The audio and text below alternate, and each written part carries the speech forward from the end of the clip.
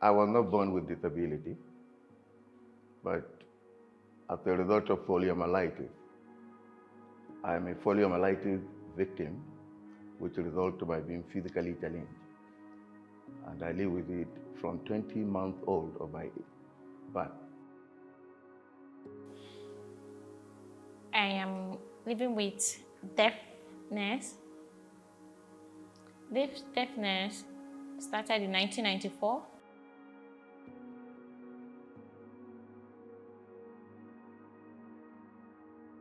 I have visual impairment. That is to say, I am blind. I was not born this way. This happened to me in 2004, and it is attributed to glaucoma and retinal detachment. The condition I have is fibromyalgia, and it's basically a condition where your brain, the processes that your brain uses to differentiate between certain sensations that your body experiences, the process basically breaks down. So, and your brain basically interprets all the stimuli that it's getting as pain. I grew up as a child, like every other children you will see around. I can hear sounds of music. I can play around with my friends. So one afternoon when I came back from school, I just felt seriously ill. And then somehow I was convulsing. I couldn't eat, so they took me to the hospital. And my temperature was really, really hot. The nurses said the doctors were not around, so one mistakenly gave me an injection. I don't know what it is, whether it's quinine, she called it. And then that is what brought me to the journey of the world of silence. I could no longer hear or speak to people around me. That was in 1994.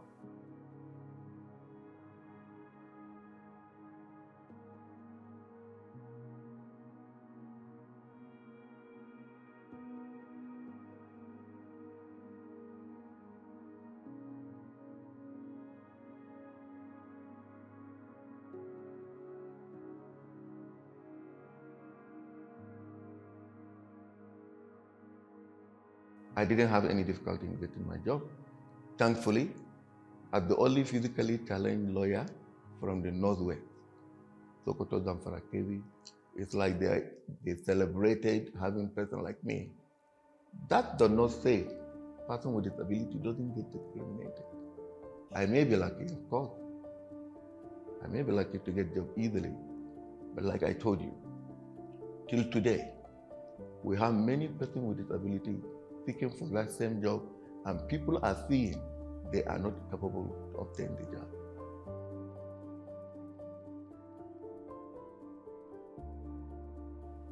I have two means of movement.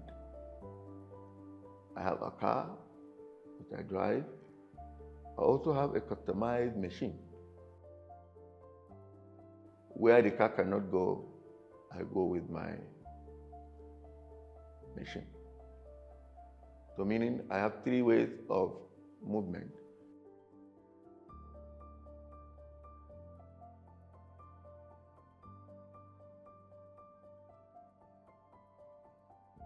I'm a writer, I own a gardening business, and then I'm also an artist. I paint. My painting was basically more out of necessity because I developed fibromyalgia. One thing I did while I was going through it was that I was speaking a lot about it on my social media accounts. I was going through a lot of emotional, will I say, instability in my life at that time. And then all of a sudden, my marriage was breaking down. I was having trouble at work, and all of a sudden, I was just in constant pain. Before I was deaf, I was very close with a lot of people in my family, but after the deafness, even friends are not there. My parents do not understand sign language. So it has created a lot of barriers between me and my family members. Even in family meetings, when they are doing meetings, I can't even hear what they are saying. Whatever decision is reached, they just assume that I accept such. You basically go through this period where it's like, is she really in pain? Is she making it up? Like, and then you also have to deal with that. The idea that, wait, am I actually in pain, or is this my imagination, or like, because that's the message you are getting from the people who actually are not fully aware of what it is that you are going through, and you are trying to get answers from them. When I first went to the hospital, when I was pregnant, they asked me a question like, I am deaf. And some of them say, you're deaf, like how did you get pregnant? When you get to labor, how will you push? These are things that puzzles them. That's the type of challenges I face.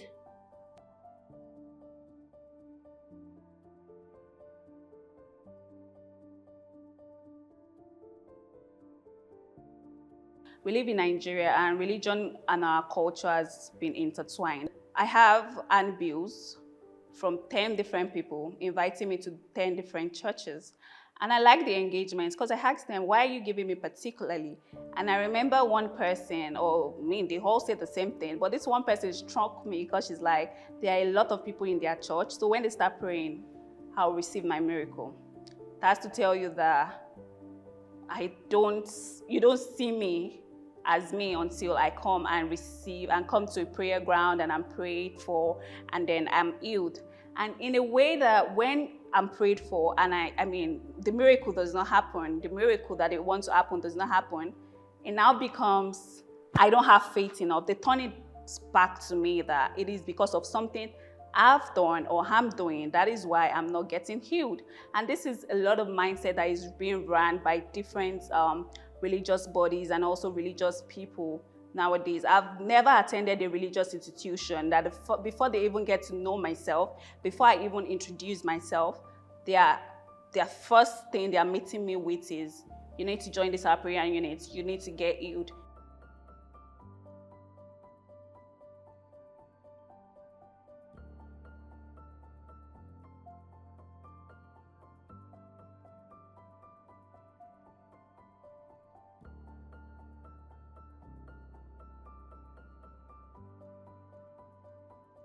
I think for every visually impaired person, accessibility is one of the problems because Nigeria is not accessible as a whole.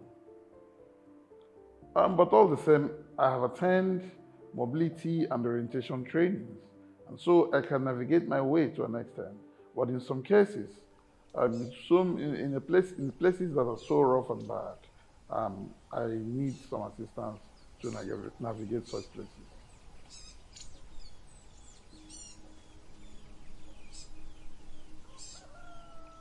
The state must define what accessibility means. There is this widespread perception that by reason of creating RAM, you have created access. No, it is not so. Because any RAM without handrail is half baked provision.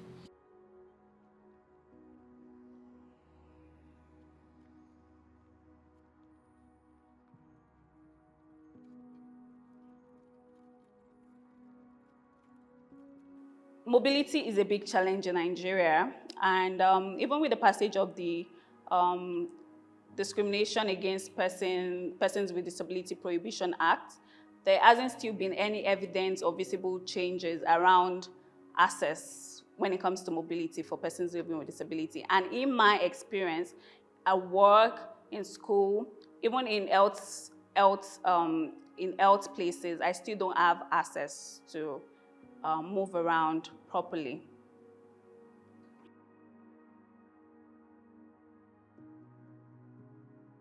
Sometimes I want to get a car to Kuje and then they put me in a car going to Kubwa because they don't understand me, just because maybe they heard the word K from my mouth.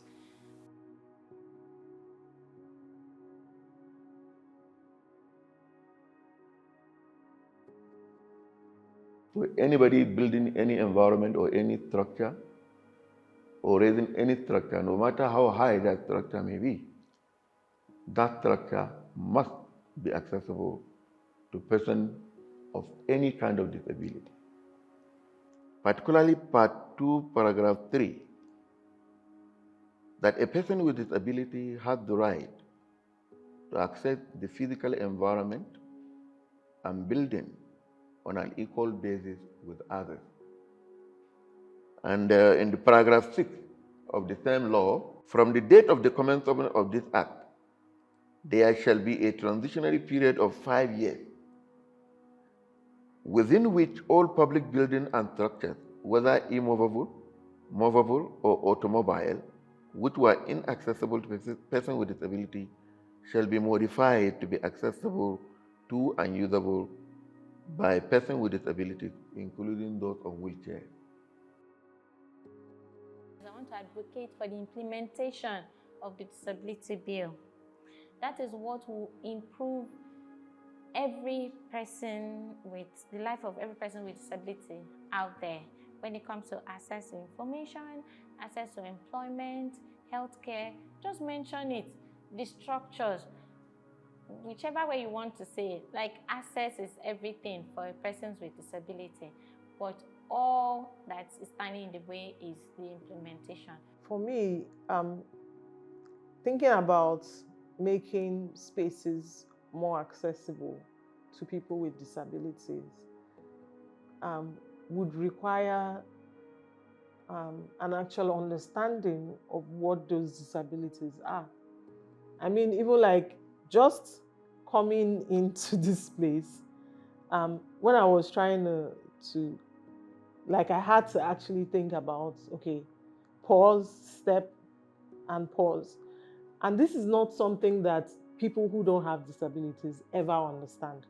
So it's about actually taking input from the people who have those disabilities and understanding, rather than, like you said, copy and paste.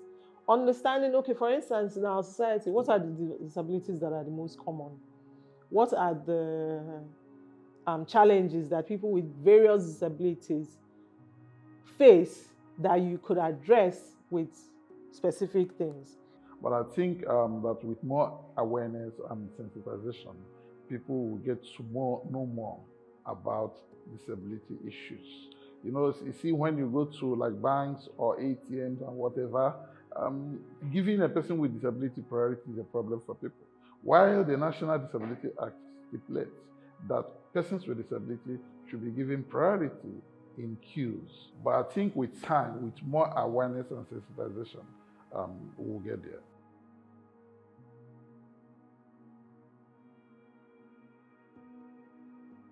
So to me, I don't know what makes it difficult for the government of this country to make two things, or even three, possible for any person with disability. Number one, making housing free for any person with disability. And two, make healthcare free for any person with disability. It is not impossible in this country. Education for a visually impaired person, for a blind person, is very, very expensive. You know, if you talk of a braille machine is worth 400 to 500,000 now. You talk of, I don't think nobody talks about braille embosser, because braille embosser goes into millions. Camera, recording machines and all the rest of them are so expensive too. Any braille material is expensive. So for any visually impaired person to go to school is very, very expensive. And the government does not in any way give any sort of help, scholarship or whatever to persons with visual impairment in their school programs. Let education be free to all persons with disabilities in this country. Looking at our Nigerian system, there is no accessibility. So how do we start talking about access to justice when in your everyday life it's difficult for you? When in your everyday life you're discriminated against? We even have the money to pay for some of these services, But because there are those barriers, like institutional, like attitude, like communication, environmental, it prevents us from accessing life. When I say life, it means our everyday activities. Access is the only thing we are lacking in Nigeria. Access for every situation in our lives. Because as persons with disabilities, the only thing that is wrong with us is the impairments that we have, and we're not the disability society that is making us disabled.